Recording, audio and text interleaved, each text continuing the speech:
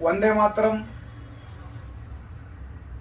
गेल्या वर्षभरापासून नाशिककरांच्या मनावर अधिराज्य करणारी निर्भय महाराष्ट्र पार्टी आज 1 वर्षाची होते आणि त्याच अनुषंगाने निर्भय महाराष्ट्र पार्टीचा पहिला वर्धापन दिन मोठ्या जल्लोषात उत्साहात आपण साजरा करतोय।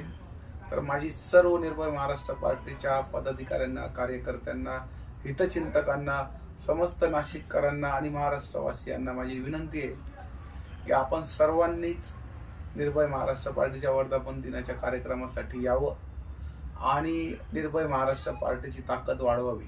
निर्भय महाराष्ट्र पार्टी जनसामान्यांचा आवाज बनून गरजू, अन्यायग्रस्त, पीडित लोकांचे अश्रू पुसण्याचं काम सातत्याने करते आणि त्याच्यामध्ये आम्हाला यश सुद्धा मिळतंय।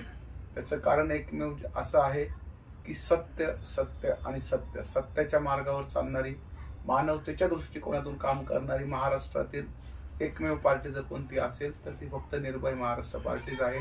आमचे पक्षप्रमुख जितेंद्र भावे सर यांच्या नेतृत्वात निर्भय सैनिक महाराष्ट्रभर काम करतायचे।